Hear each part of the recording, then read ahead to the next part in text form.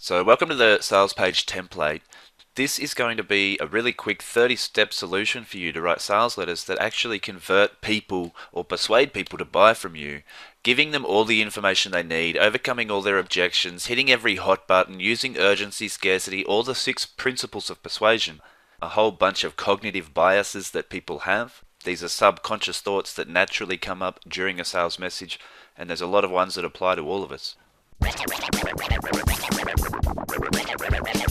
The first column is the pre-sale. This is getting people involved in your story and why they should even think about buying from you, because people more care about why you do what you do more than what you do. Second column, actually introduce the product, say who it's for, give a reason for them to buy. And then the third column, this is where you actually make an offer and you close the sale. So until, step 21, you haven't even really made an offer. I remember when I started selling info products online, I had a lot of trouble because coming up with an offer and then a sales message that sells the offer that works is hard to do. And I was pretty bad at it. I come from a door-to-door sales background and I have a lot of results from in-person sales. But as soon as I went online, it was just very difficult. Because you're not there having the back and forth conversation, you can't overcome objections and you need to kind of write a message that fits everybody. So that was the problem I had. This template increased sales across the board. So I have a bunch of sales letters I've written sort of about this. There's how to quit alcohol. I have a lot of quit sort of products. How to quit gambling. How to quit marijuana. It's actually the best-selling quit weed product, and it's got the same sales letter. So let's go through the actual sales page template, and I want to show you why it works so well. First, you have the pre-headline. This is where you call out your customer. If you are, then this is really just to sell them on reading your letter. If you're in door-to-door sales, then this is the most valuable strategy you will read this year to increase your sales.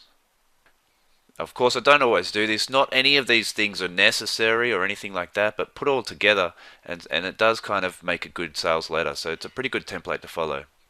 Next thing you need to do is get their attention with a big fat promise, how to headline, and just state the benefits, especially if they're a little bit unbelievable. You want to have very unbelievable claims. And then immediately in the sub-headline, you can back up the headline. Reveal the pain and frustrations that you or your product solves. So in Quit Weed's a good example. How to quit weed without withdrawals or sleepless nights, plus natural marijuana detox at home. So there's 2 benefits there, but it's also pointing out 2 of the painful things that people go through. And I know a lot of you probably like, oh, who the hell has a problem quitting weed, right? I know that's like the general opinion of marijuana, but it's a bit of a ninja drug and a lot of people do have a problem with it. So this product is a good proof of that. So now we're in the opening. So from the desk of Tristan Weatherburn, sometimes good for them to just sort of have the image of what's going on because people are more likely to remember it. But again, you can just say from you on whatever date. Here I had to say from where I was and what it was about, which was another opportunity just to get a headline in, that was all. So dear friend, or whatever you want to say, it's good to get niche specific. Dear soon-to-be ex-smoker. Open with something short. For example, what's something short? Here on Quit Weed you've got nice click. That's it, nice click. Why? Simple. I'm about to share some modern techniques with you, plus some of the best strategies to help you quit smoking weed. Because if you're anything like I was, as soon as you can, you want to hit hot buttons. So you want to put hard-hitting facts here to allow to identify with the core problems of your prospects. Add authority to your message. If you don't have any, which is really common, a lot of people say, look, I want to sell advice on X, but I don't have results yet.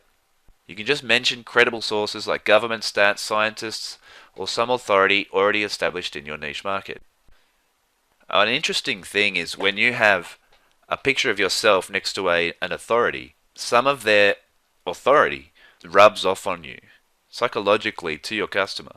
So if you have a picture of yourself and then a picture of Oprah next to you, it just works. It somehow rubs the authority off because people anchor them the same way in their mind. You're now anchored with Oprah Winfrey or whatever. So that's the authority you want to put. Always use short words, use short sentences, and bullet points are your best friend. If it's ever getting a bit too texty like this, use bullet points because they're easier to scan. And the other thing you want to do is have little headlines all through your sales page. So next, relate to the previous bullet points and point out how it's not going to get any better until you do something about it. It's good here to mention how you know this and why you care. You know, who the hell are you? Because that's one of the first objections going off in your customer's mind. Who is this person and why should I care? If you have good information, you can get pretty far without it, but you want to overcome it as quickly as possible. So it's a good way to do it just before you start your sales emotional story. So we're up to step 6, emotion story. The general premise of your story is I was lost until I was found. Even at the start of this thing, I was telling you how I was lost until I found this sales template. So the starting situation is lost. This is where you explain how bad it was with strong emotional emphasis. Use things like my heart started pounding. You know, the adrenaline was rushing. I was pacing back and forth. I didn't know what to do. Create emotion by doing that. It's really important. Then you can explain specifically the perfect situation and how close you came to having it. So you nearly wrap it up. This is almost the hero's journey. In every movie you see they nearly get to a perfect point and then it all goes terribly wrong, right? And they're rushing to the airport or something. But before the rush to the airport, things were going pretty well. So you nearly got results easily, but you didn't. It leaves you in a perfect position to do tried and failed. Your opportunity to point out every freaking hot button they're ever going to have that you've had that anyone could possibly have. And it's a really easy way to relate to your potential customer no matter who they are. So you can actually have, say you've got 3 different types of customers, you can just target all of them here with different bullet points or just different hot buttons in your story. You failed, it hurt, and after that you failed again and it hurt even more. So you tried A, it didn't work. You tried B, it didn't work. You tried C, and it didn't work either. And A, B, and C are all of your alternative competition that they could be going to. And you don't want to be cocky whenever you're picking on competition. Like with quit alcohol is a good one. The alternative for that is Alcoholics Anonymous. But if I was just to say AA sucks and this is better, that kind of makes me look bad because I'm picking on AA. Why should I pick on something that is such a good cause to so many people, and many people believe that? So instead of saying that, you would say, look, I tried AA and it was really good because I heard all the interesting stories and I could really relate to them and it helped me see that I really had a problem.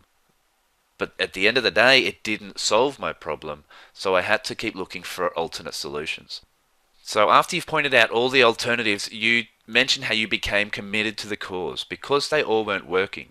Alcoholics Anonymous wasn't working, I needed another solution. Patches weren't working, I needed another solution. So tried and failed is the best way to do eliminate, and that's where you're eliminating the competition. So finally you discovered your solution. This is where you found the secret to success, either by tripping over it or finding the right people, tools, company, product, resources, whatever it is. Just be honest, what helped you get to the solution that you do have now, and explained how you found the breakthrough specifically. You show something of value. This is pretty valuable stuff and you're getting it at no cost. It's called giveaway content and it's valuable to do. If you have a good piece of content you can give away quickly and easily like I'm doing now, give it away. Helps people identify with what you do. And it's an opportunity to give good value to people anyway. That's a great thing to do. Next is why should I listen to you? We mentioned before that everyone's thinking, who the hell are you and why should I care? With me, I've sort of done it in the sales page template by showing you a bunch of sales letters I've written and, mentioning some best-selling products I've created. It's something I have to do if I want you to listen to the message, right? You're not an idiot. You're not going to listen to anybody. So when you consider that you're always selling something, maybe you're not asking for a price tag, but you still want people to click that link, or you still want people to read your blog post or whatever, right? So you need to do this pretty often. The normal formula I always say for a testimonial is I was lost and now I'm found, right? This isn't I was lost and now I'm found. That's the difference between a case study and a testimonial. A case study is here's what I've done and here's the results I've got, very specifically. So it's good to put in a case study just before you actually mention your product. Because social proof is that powerful, and a case study is one of the best first things to bring in rather than a testimonial. Because if you put a testimonial before you mention a product, the testimonial is supposed to support the product, right? But you haven't even mentioned it yet. So it's a little bit weird. So a case study is the way around it. You don't talk about the product in the case study, you talk about the solution that the product has. So we've given substance, we've given credibility, we've shown a case study, now we intro the product. And this is where you just introduce in plain English the solution to the problem that the product solves. How the product was created and specifics as to why. I say use a lot of bullet points, but really use as many as you need and no more. You don't want 50, but you don't want 3 either. A few objections that are going off in people's mind, and this is just one after another, and every single product has the same ones. First of all is ease of use. You want to mention how easy it is to use because in their mind there's an objection, this might be too hard for me. Next is speed of results, because in their mind they might be thinking, this is going to take too long for me.